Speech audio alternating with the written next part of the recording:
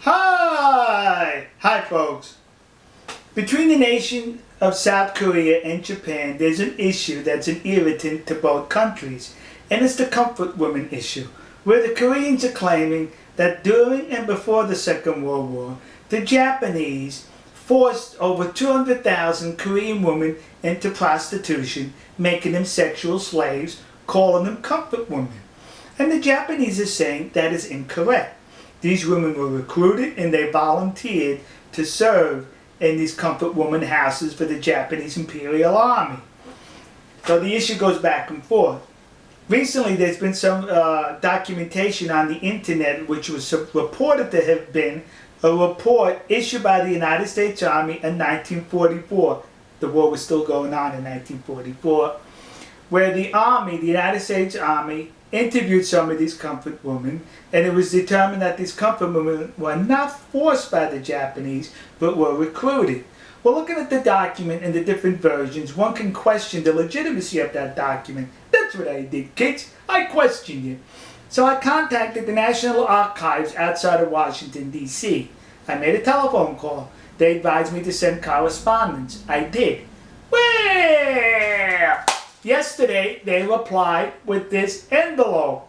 And in this envelope was the very report that appears on the internet. They authenticated the report, saying that this is an authentic report written in 1944 by the United States Army after they captured comfort women in the Philippines. You notice how I use the word captured and not rescued? Because they were captured. These comfort women were fleeing the advancing American military. They were fleeing with the Japanese. Right behind the Japanese soldiers were these comfort women. They got separated.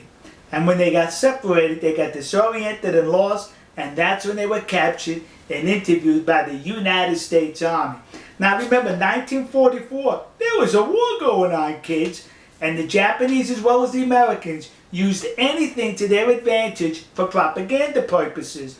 So now the Americans captured these comfort women, these prostitutes who worked in concubines for the Japanese army, and it would have been easy for the American army to say, they were forced into prostitution. You see how nasty the Japanese are? But no, they could not say that because it would have been a lie. So the American army in this report reported the truth that these women volunteered, they were recruited, and the Japanese army did not terrorize the Korean peninsula by extracting 200,000 women at force. If there was 200,000 comfort women, they were recruited and they were well paid for their services. But what's interesting about this report is, it mentions in this report that these women were not pretty by Japanese or Caucasian standards. They weren't pretty. In other words, the United States Army is saying these women were ugly. That's it, kids. You know, next to the Yasukuni Shrine in Tokyo, there's a war museum. And when you go through the museum, it takes you all the way through Japan's military history, I think from pre-samurai, samurai, Edo, up into World War II. But you know what I did not notice as far as military equipment that I'm sure the Japanese Imperial Army was issued? Was these. How come they didn't issue? They should have issued them 2 of these. Yeah, because I bet those women were so ugly they were 2 bags. One bag you put over the comfort woman, and one bag over the Japanese soldier. So in case the comfort woman's bag fell off, you still had your bag on your head. So am I making light of the situation? Yes. Because it's disgusting that people are exploiting the situation for their advantage. This report goes on to mention that the women enjoyed a whole lot of money to where they were able to buy clothes, cosmetics, and other stuff for themselves on their visits into town. Sexual slaves can do that? Sexual slaves make that kind of money? Some women were even allowed to go back home after they paid their debt off. Sexual slaves can do that? Some women were even complaining that their schedule with the Japanese soldiers was too tight, that they were not able to accommodate all the soldiers, and that saddened them that they could not have sex with all the soldiers. Sex slaves feel that way? The report also goes on to mention that these comfort women engaged in sports with the Japanese soldiers. They went on picnics, they went to entertainment, they went to parties with these Japanese soldiers. Sex slaves do that? They were recruited, according to this report, by the United States Army in 1944. So the discussions ended right here. We got proof that they were being recruited and were recruited. Now listen to me. Koreans currently are now plaguing the United States with these memorial statues or plaques dedicated to these comfort women, claiming they were forced into sexual slavery by the Japanese army. You're a liar.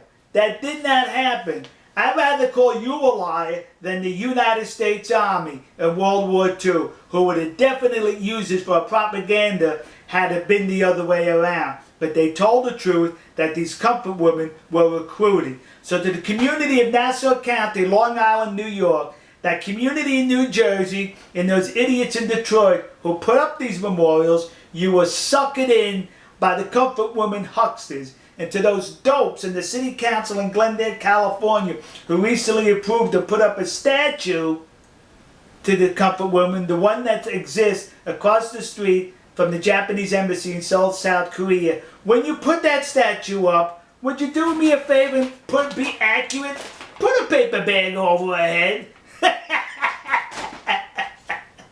Alright folks, we'll see you. God bless you. God bless America. God bless the nation you happen to be in.